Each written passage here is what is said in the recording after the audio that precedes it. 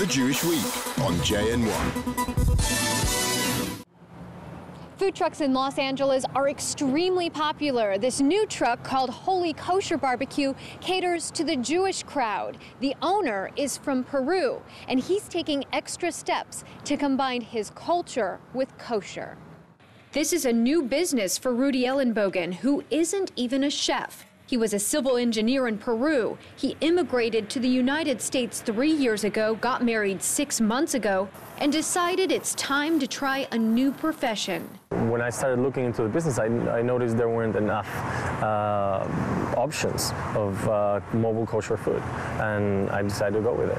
His is not the only kosher food truck in town, but it is one of the few that employs a full-time mashgiach, who's there to supervise and make sure everything from the pickles to the beef bacon is kosher, so the truck can maintain its glatt kosher certification from the Rabbinical Council of California. It is for sure more expensive than hiring a normal worker, and I wanted to invest in that. Ellenbogen starts his day on the road, traveling from place to place, collecting kosher ingredients, first from the Jewish market. Hey, how are you doing? Good to see you. After loading kosher beef into his car, he's off to Restaurant Depot. We're getting onions, we are getting salads, and we're getting buns. After picking up the truck, he travels to the University of Southern California, one of several locations he visits each week in Los Angeles. USC has its own robust Jewish student population, and for them, Holy Kosher BBQ is a godsend. When we came here, there were no kosher options whatsoever. Daniel Silverman's president of the Chabad Student Board at USC says they started inviting kosher food trucks to campus last year.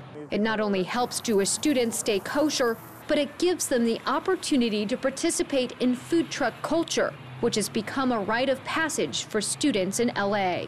There's, Korean barbecue food trucks, there's, Mexican food trucks, everything you could possibly imagine here. Yeah, you definitely do feel left out when you don't have the options to have kosher food. You really can't take part in that culture.